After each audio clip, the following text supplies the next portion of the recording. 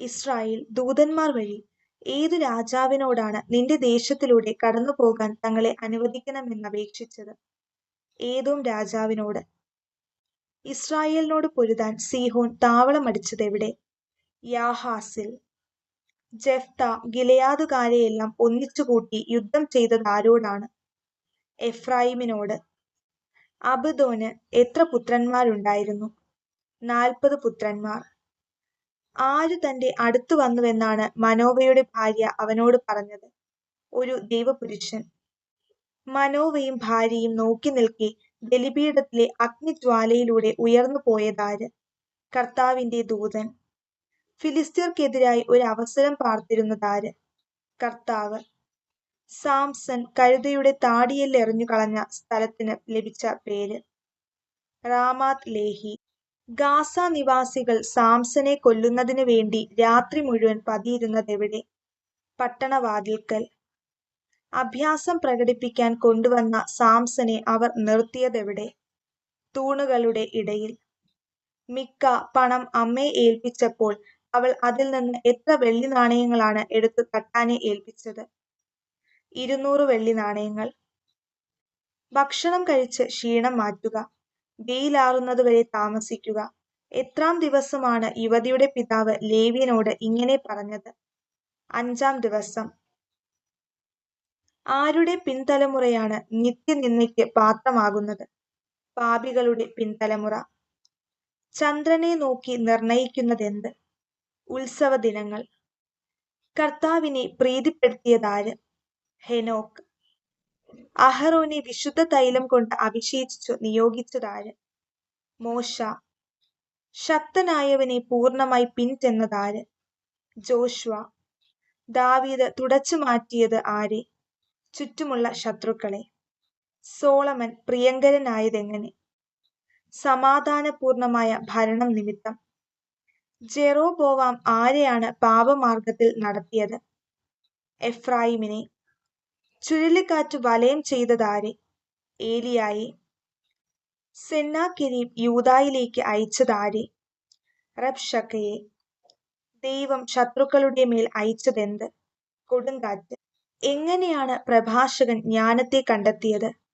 ശുദ്ധീകരണത്തിലൂടെ. നിങ്ങൾക്ക് എന്തുമാത്രം വിശ്വാസമുണ്ടെങ്കിലാണ് ഈ സിക്കമിൻ വൃക്ഷത്തോട് ചുവടെ ഇളകി കടലിൽ ചെന്ന് വേരുറയ്ക്കുക എന്ന് പറഞ്ഞാൽ അത് നിങ്ങളെ അനുസരിക്കും എന്ന് യേശു പറയുന്നത്? കടുകുമണിയോളം. യേശു എവിടേക്ക് പോകുമ്പോഴാണ് 10 കുഷ്ഠരോഗികൾ അവിടുത്തെ കണ്ടുമുട്ടിയത്? ജെറുസലേമിലേക്ക്. പ്രത്യക്ഷമായ അടയാളങ്ങളോട് കൂടിയല്ല അത് വരുന്നത് എന്ന് യേശു പറയുന്നത് എന്തിനെക്കുറിച്ച്? ദൈവരാജ്യത്തെക്കുറിച്ച്. സ്വർഗത്തിൽ നിന്ന് തീയും ഗന്ധകവും പെയ്ത് നശിപ്പിക്കപ്പെട്ടതായി ലൂക്കാ സുവിശേഷത്തിൽ പ്രതിപാദിക്കുന്ന പട്ടണം ഏത്? സോദോം. മനുഷ്യപുത്രൻ വരുമ്പോൾ ഭൂമിയിൽ എന്തു കണ്ടെത്തുമോ എന്നാണ് യേശു ചോദിക്കുന്നത്? വിശ്വാസം. ഇനിയും നിനക്ക് ഒരു കുറവുണ്ട്. നിനക്കുള്ളതെല്ലാം വിറ്റ് ദരിദ്രർക്ക് കൊടുക്കുക. ലൂക്കായുടെ സുവിശേഷത്തിൽ യേശു ഈ വാക്യം അരുളി ചെയ്തത് ആരോട്? ധനികനായ അധികാരിയോട്. ജെറീക്കോയിൽ വച്ച് യേശു കണ്ടുമുട്ടിയ ധനികനായ മനുഷ്യനാര്? സക്കേവൂസ്. സക്കേവൂസിനെ ആരുടെ പുത്രൻ എന്നാണ് യേശു വിശേഷിപ്പിക്കുന്നത്? അബ്രാഹത്തിന്റെ പുത്രൻ. ദൂരദേശത്തേക്ക് പോകുന്ന പ്രഭു ഭൃത്യന്മാർക്ക് നാണയങ്ങൾ ഏൽപ്പിച്ചു കൊടുത്ത ശേഷം അദ്ദേഹം തിരിച്ചു വരുന്നതുവരെ അതുകൊണ്ട് എന്തു ചെയ്യുവാനാണ് നിർദ്ദേശിച്ചത്? വ്യാപാരം ചെയ്യുവാൻ. പുനരുത്ഥാനം നിഷേധിക്കുന്ന യഹൂദ വിഭാഗം അറിയപ്പെട്ടിരുന്നതെങ്ങനെ? സദുക്കായർ. യേശുവിന്റെ പരീക്ഷകളിൽ അവിടത്തോടുകൂടി നിരന്തരം ഉണ്ടായിരുന്നവർ ആര്? അപ്പസ്തോലന്മാർ. ഗെത്സമേനയിലെത്തിയ യേശു പ്രാർത്ഥിച്ചു കൊണ്ടിരുന്നപ്പോഴത്തെ ശാരീരിക നില എന്തായിരുന്നു? മുട്ടിന്മേൽ വീണു. യേശുവിനെ ഒറ്റിക്കൊടുക്കാൻ ഗെത്സമേനയിലെത്തിയ ജനക്കൂട്ടത്തിന്റെ മുൻപിൽ നടന്നിരുന്നത് ആരായിരുന്നു? യൂദാസ്. പ്രധാനാചാര്യന്റെ വീടിന്റെ നടുമുറ്റത്തു വെച്ച് മനുഷ്യ, ഞാനല്ല എന്ന് പറഞ്ഞ് പത്രോസ് യേശുവിനെ നിഷേധിച്ചത് എത്രാം പ്രാവശ്യമാണ്? 2-ാം പ്രാവശ്യം. യേശുവിനെ ശിക്ഷയ്ക്ക് വിധിക്കാതെ വിട്ടയക്കാൻ ആഗ്രഹിച്ച യഹൂദ ഭരണാധികാരി ആര്? പീലാത്തോസ്. കുരിശിൽ തറയ്ക്കപ്പെട്ട കുറ്റവാളികളിലൊരുവനോട് യേശു അവൻ ഇന്ന് യേശുവിനോട് കൂടി എവിടെ ആയിരിക്കുമെന്നാണ് പറഞ്ഞത്? പറുദീസായിൽ. എമ്മാവൂസിലേക്ക് പോയ ശിഷ്യന്മാരുടെ സഹയാത്രികൻ ആരായിരുന്നു? യേശു. യേശുവിന്റെ സ്വർഗാരോഹണം നടന്ന സ്ഥലമേത്? ബെഥാനിയ. യേശുവിന്റെ സ്വർഗാരോഹണ ശേഷം ശിഷ്യന്മാർ കഴിഞ്ഞുകൂടിയ സ്ഥലമേത്? ദേവാലയം. ദൈവമഹത്വം പ്രകീർത്തിക്കുന്നതിനുള്ള അവകാശം നാം വീണ്ടെടുത്ത് സ്വന്തമാക്കുന്നതുവരെ ആ അവകാശത്തിന്റെ അച്ചാരം ആരാണ്? പരിശുദ്ധാത്മാവ്.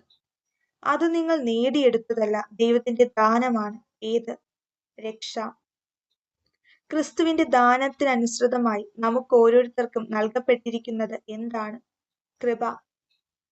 വ്യർത്ഥചിന്തയിൽ കഴിയുന്ന വിജാതീയരെ ബാധിച്ചിരിക്കുന്നതെന്ത്? അജ്ഞത.